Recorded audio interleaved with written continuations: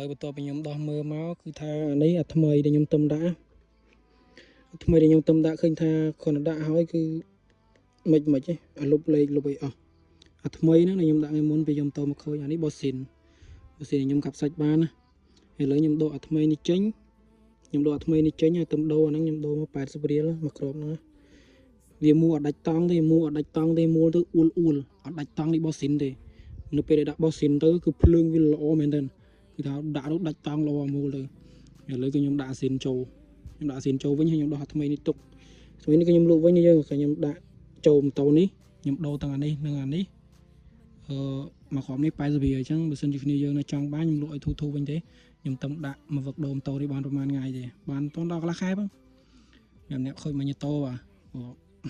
ធ្ងន់ណាស់មកគ្រាប់នេះធ្ងន់មែនតើឥឡូវខ្ញុំដាក់អាស៊ីននេះចូលហើយមើលភិនភាកសំបីតលេខក៏ខុសគ្នាដែរមើលឃើញអត់នេះលេខអាថ្មី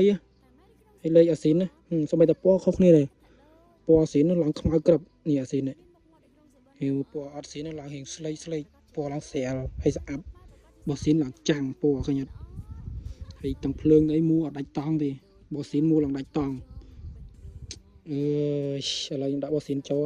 នេះថ្មីនេះអាស៊ីនចឹងខ្ញុំដាក់អាស៊ីនចូលមួដាច់តង់លោនេះម៉ាត់មក